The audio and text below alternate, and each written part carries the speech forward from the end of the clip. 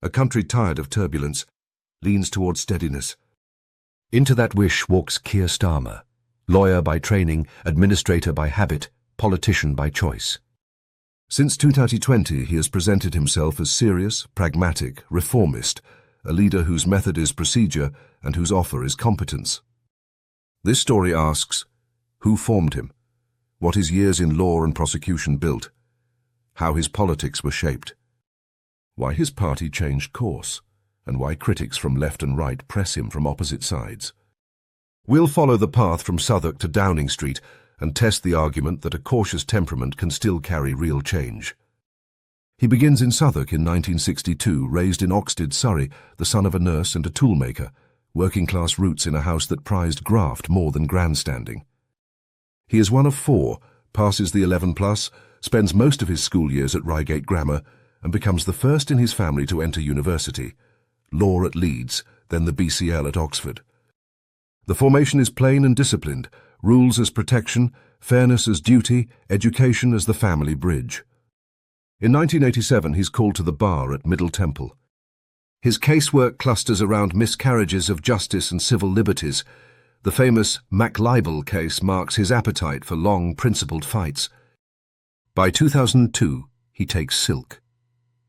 Those who write about him describe habits more than theatrics: reserved, thoughtful, comfortable with prudence over flourish. The barrister's craft trains the cadence he'll keep in public life: gather facts, weigh pressures, decide, explain. Reputation follows: an upright human rights barrister involved in death penalty appeals in the Caribbean, defending civil liberties, collaborating with liberty, and pushing on cases that test the state's fairness. The point is not pose but persistence, the willingness to carry difficult files for years because the law, properly applied, is a shield for the vulnerable. In 2008, he accepts the role many avoid: Director of Public Prosecutions and Head of the Crown Prosecution Service. High-profile cases arrive. Scrutiny is relentless. He oversees work linked to the Stephen Lawrence case, introduces changes to protect witnesses and support victims, and drives CPS modernization, clearer handling, more transparent decisions. If law is a machine, he is the engineer tightening tolerances so justice runs truer. Those DPP years become his calling card. He argues they taught equilibrium under pressure, neutrality and deference to rules, habits he later translates into politics: methodical, evidence-based, procedural, not theatrical. Supporters call this credibility. Detractors call it managerial. Either way, the courtroom becomes the template for his public leadership. In 2015, he enters Parliament for Holborn and St Pancras, stepping into Labour's most fractious era. During the Corbyn years, he holds front-bench briefs on Brexit and immigration, speaking as a moderating voice, while the party argues with itself. The role is unglamorous but exacting. Map the possible against the desirable. Keep options real when passions run hot. The 2019 general election lands like a verdict, not a debate. In 2020, he stands for the leadership and wins, promising professionalisation, message discipline, and a platform aimed at voters who left Labour in recent years. The push is toward unity, fewer internal factions, and a more plausible economic stance. He casts himself as a reformist who can rebrand Labour for sceptical grassroots and a wary electorate.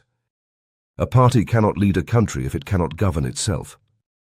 In 2020, the Equality and Human Rights Commission finds unlawful acts of harassment and discrimination inside Labour, with a politicised, inconsistent complaints process. The remedy is legally binding: standard procedures, autonomy in case handling, stronger data control, real training. Corbyn's public response, arguing the problem was overstated, collides with the need for contrition.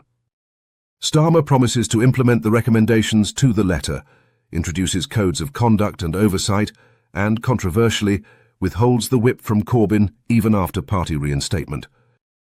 The signal is stark: discipline over sentiment, standards before old loyalties. Beyond discipline comes reorientation: competence, credibility, and cultural connection with working and middle-class voters outside metropolitan cores. The focus shifts from sweeping ideological designs to deliverable reforms in the NHS, energy, skills, and industrial strategy. Policies costed and framed to unify. Candidate selection tightens. Relations with unions stabilize. Outreach to business grows. The brand becomes stability after chaos. The themes are consistent. Transform the NHS with staff and shorter waits. Invest in schools to narrow built-in inequalities, modernize infrastructure, housing, transport, digital access, so growth feels shared. Push cleaner power to cut bills and drive new industries. The pitch is equity through systems, not slogans, growth through reliability, not spectacle. On climate, he talks of a decisive push toward net zero, proposing a publicly owned energy company to accelerate renewables and lower costs. It's part symbolism, part industrial strategy, an attempt to cast environmental policy as a job-creating engine rather than an ascetic creed. He sketches a program for workers' rights, better pay and security, stronger trade union protections, a louder worker voice in setting conditions. Tax policy signals progressive intent, the much-noted VAT move on private schools paired with pledges to close loopholes. Behind the list is an argument that institutions can and should bend toward the everyday dignity of work. On foreign policy, the tone is pragmatic. Keep Europe close where interests demand, hold alliances steady where obligations remain. The promise is steadiness after improvisation, a diplomacy that prizes predictability as a national asset. At the ballot box in 2024, Labour returns with authority. The early stance from government is simple. Competence as reassurance, policy moves that look like repairs more than revolutions.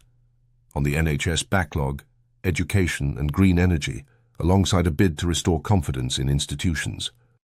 It is the triumph of temperament, cautious, reformist, managerial, and for many voters, a relief. From parts of the left come familiar charges, promises softened, ambitions trimmed, climate investment and radical economics watered down since the 2020 leadership campaign.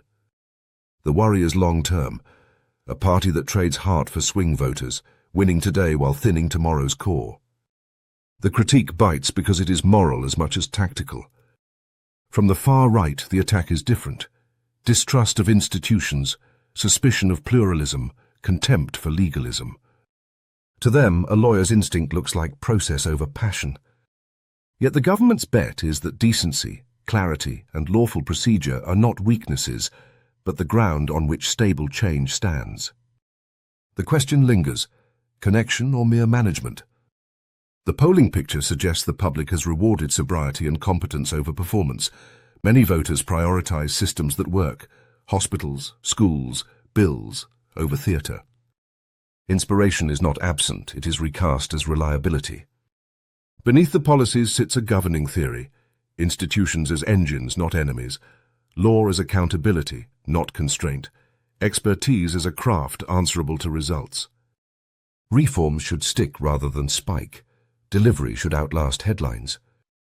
This is incrementalism as strategy, restraint as signal that asks to be judged by service lines, not applause lines.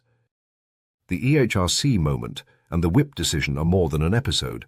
They explain the rules he means to govern by. If standards are plastic inside a party, they will be brittle in the state. By accepting the cost of internal anger to repair external credibility, he tried to move Labour from performance to procedure, and to signal that protections for minorities are a non-negotiable baseline. How is any of this judged? Not by heat, but by outcomes. Shorter waits, safer streets, warmer homes at lower cost, schools that lift, pay packets that stretch, a climate plan that feels like lower bills and new jobs. If competence turns to complacency, the project fails. If delivery compounds, caution reads as care. Leaders become mirrors.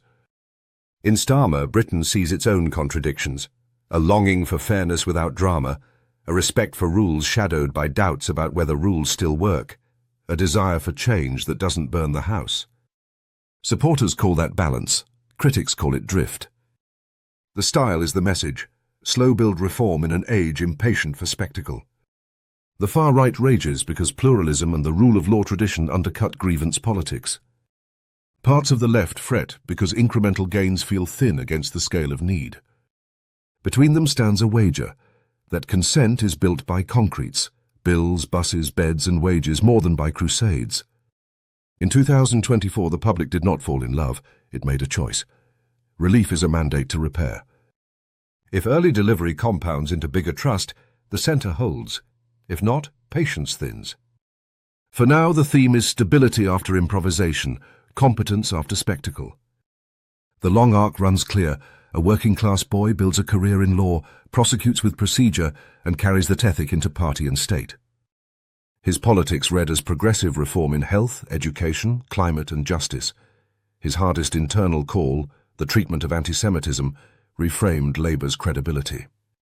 To some he is managerial, to others he is a stabiliser.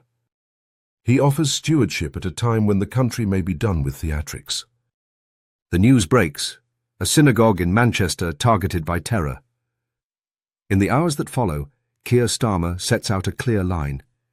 He names it for what it is, an anti-Semitic attack, condemning it without equivocation. He warns that hatred is rising once again in Britain, and vows that it will not be allowed to take root. Then, a promise, to do everything in his power to keep Jewish people in the UK safe. From visible policing at synagogues and community centres to stronger protection at sites of worship, security is not an afterthought. It is the first order of business. He speaks to the families and friends of the victims with plain sympathy and to the wider public with a single appeal. Stand with the Jewish community. Let solidarity be the country's answer. The message closes where it began. Hatred will never win here. Not while the law is firm, not while communities hold together, and not while those in power commit to protect the people who need it most. UK voters judged Keir Starmer the steady, competent choice to restore trust and deliver practical change.